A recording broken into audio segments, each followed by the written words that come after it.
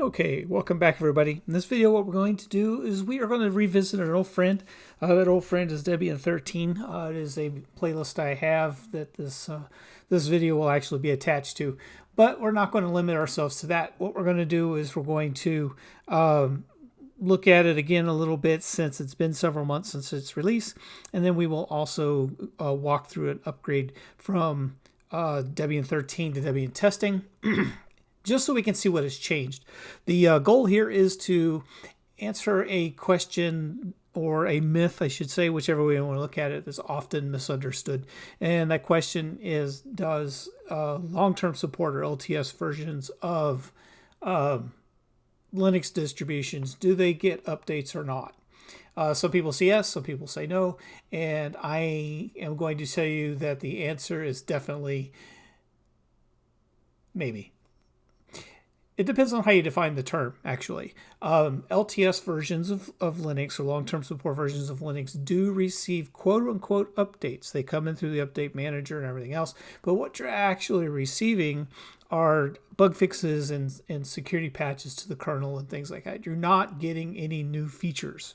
So you're not going to go from, like, this is especially true with things like Debian. You're not going to go from, say, like Linux 6.18 to 19 or from 6.19 to 7. Excuse me. Let's actually look at that for a second. I'm going to go ahead and we're going to do a, here in the terminal, we're going to do an apt list installed. But we don't want the whole list. We're going to grep some things out. We just want the kernel itself. So that'll be an apt list -- installed pipe grep -i. The -i is optional in this particular case because Linux -image is in all lowercase anyway. But the -i basically says make the search case insensitive. And I'm just used to doing that. So anyway, when we do this, we can see here that we have multiple kernels installed. And that's because it's been receiving kernel updates. So for example, this one is 6.12.73. This one is 6.12.74.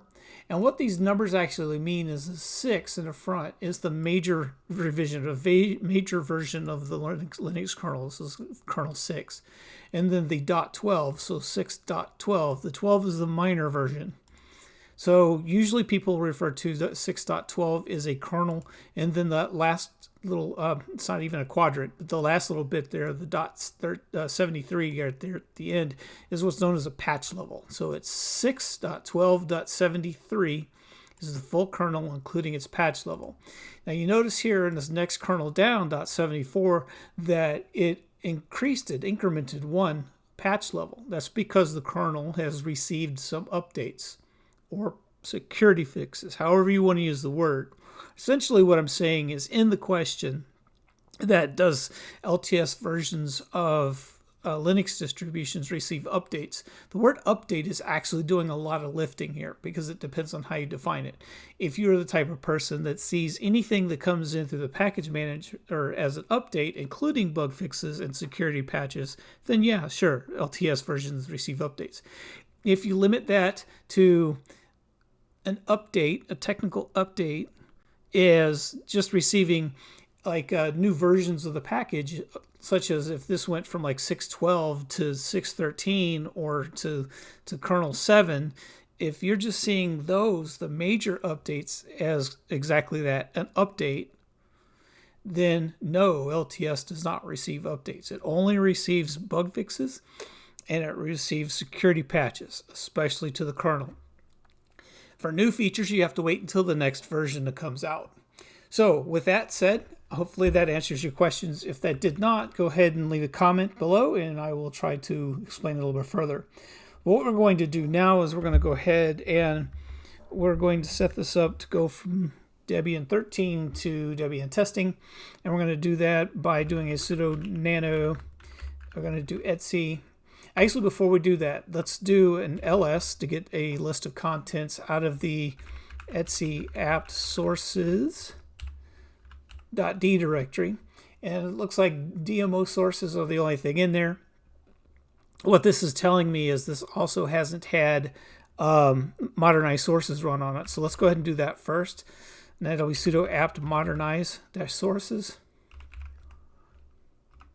And it says that there's one file that needs to be changed, and that's the sources.list, and it's going to be moved into the correct directory, and a backup file will be created. We're going to go ahead and say yes to that, and now it's written out etc apt sources.list.d/Debian sources. Control L clears the screen. Let's run that list command again, and now we have two files, Debian sources and DMO sources. DMO, if you don't know, is Debian Multimedia. It's the only third-party repository that I use when I deal with Debian. So what we're going to do here is we need to make changes to these two files in order to move from stable or Trixie over to testing. Debian 14, I think's codename is Forky, if I remember correctly. I may be wrong on that, so if I am, don't crucify me. I'm just going off of memory here. I'm pretty sure 14 is Forky, though. All right, so anyway, sudo nano. Actually, let's change to that directory real quick. That way we don't have to do a whole bunch of typing. So we're going to cd to etc apt sources.list.d. Control L clears the screen, do an ls, and we just have these two files. So now we're going to do a sudo nano Debian sources, and we go in here and we're going to look at our suites. This is the new Debian 22 formatting, which was introduced mid to late Debian 12, I believe.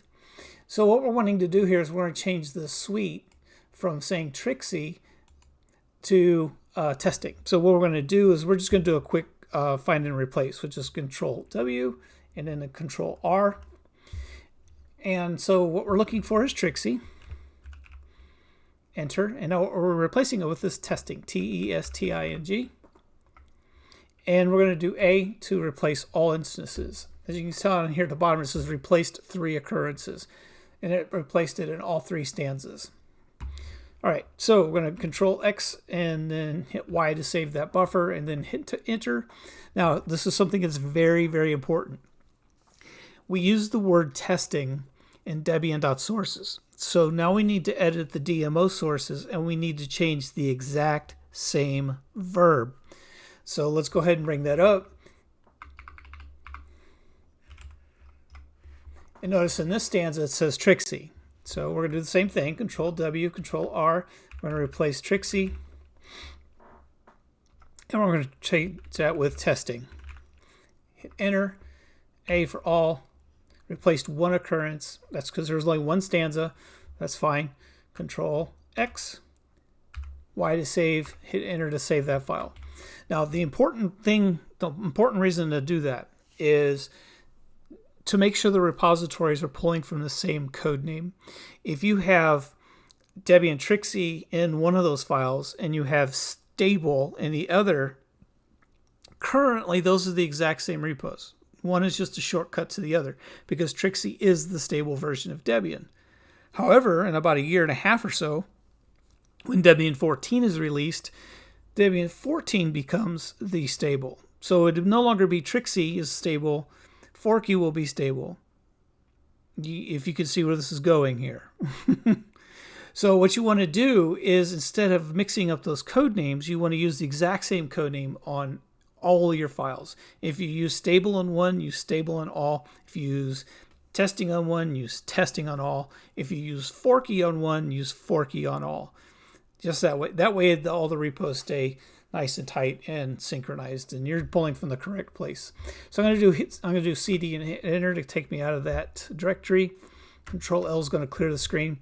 Now, if you've seen my other playlist, my other video series called How I Debian, we're basically doing the same thing here. I've already changed my sources, so now I need to do a sudo apt update. What that's going to do is it's going to refresh those repositories for me. So now it's pulling in from testing instead of from Trixie. And right here, this little blue line right here, it says 1,947 packages can be upgraded. That doesn't mean that Debian has received almost 2,000 features. It doesn't mean that it received 2,000 updates even. It means that 1,947 packages have changed. And each one of those changed files could be anywhere between 1 and however many changes to the file. So one file on one edit could have received 5 updates. That's just the number of packages that's changed. So there's been at least 1,947 changes to Debian in the last 6 months. You can get a list of that by running the command it shows there, app list upgradable, which I'll go ahead and do that for you real quick. Normally I don't care. There's another way to get that list, and I'll show you what that is in a second. I'm just going to start typing upgradable, and I'm going to hit tab to complete it. And when I hit enter, it's going to list all of these out in a single line, or in a single, one package per line. I'm going to go ahead and hit Control-C to escape out of that. To me, there's a more friendly way to do that, and that's to just go ahead and do a sudo apt full-upgrade, and we leave it at that. We don't put anything behind it, and we hit enter. And what that's going to do is it's going to go ahead and list out the packages in a little easier to read matrices. Like this one here will be the installed dependencies that are going in. If we keep scrolling up, this is a list of all the packages that have a non-zero number of changes made to them. And it just keeps going on and on and on and on and on and on and on. All the way up to here. We're upgrading this, and it's even listing packages that it's going to remove. And the only reason why it's going to remove those is because those are going to be deprecated by the new packages that you're putting in. All right. So what we're going to do here is it asks, continue yes. The summary is it's upgrading the 1,947 packages. It's installing 140. It's removing 18, and it's not upgrading 0. So that means all of the packages that are currently in the repository have been cleared for upgrade. It's going to download 1,564 megabytes, or roughly 1.5 gigs, a little less. Space needed 950 megabytes. That's in addition to what it's already using. So I'm going to go ahead, yes, and we're going to go ahead and let it do its thing. And while it's doing its thing, I'm going to go ahead and pause the video because nothing is more boring than watching a progress bar. Okay, so during the updates, you might actually see this little window here where it's popping up some notes with a colon and the cursor. Here, all you got to do is just hit quit or Q, and it will go ahead and proceed past that. Also, while this is running, this screen right here, the most important thing on here is basically saying that there are certain libraries on here that need services stopped, so it can go ahead and do upgrades. It is very safe to go ahead and just click yes and just let it go from there. That was a left arrow and then an enter to move the cursor over to yes button and enter to select it. I did misspeak just a few seconds ago. I said that those 1,947 changes were not updates, or they were not new features and stuff.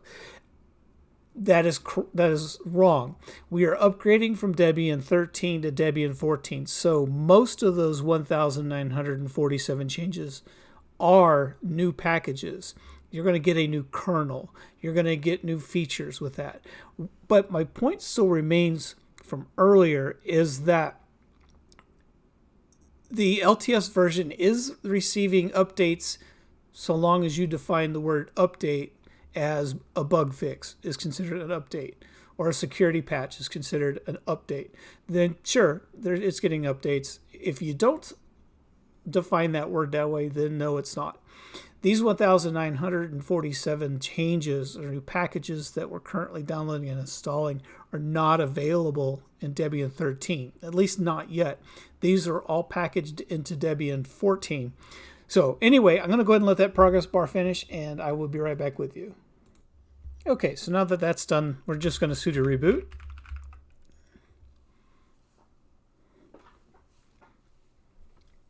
And we'll log back in when we get back to the desktop.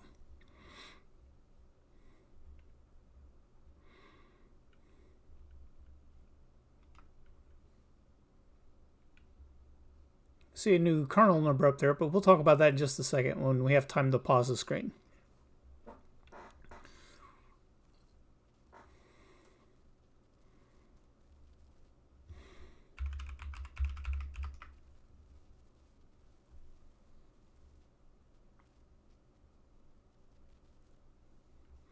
Okay, this is just a welcome screen telling you that Plasma has been updated. We are now on Plasma 6.5, which we were not before. What this leads directly back to the point I've been making. When you stay unstable or when you stay on LTS, yes, you get bug fixes. Yes, you get security patches, but you don't get new features. You have to upgrade to testing, or you have to move to the next LTS, or you have to move away from LTS entirely to keep up with all of the new shiny features. Anyway, beating a dead horse, so I'm not going to say that again. I'm just going to turn this off here.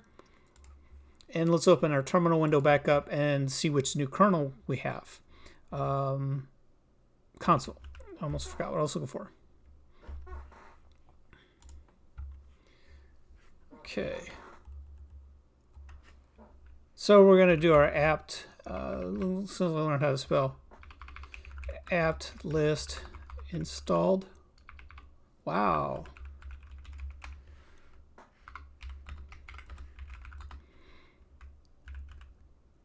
Linux-image. Okay. All right, so now we have a new entry in here. So you have 6.12.73, 6.12.74, and then we got a new one, 6.19.11.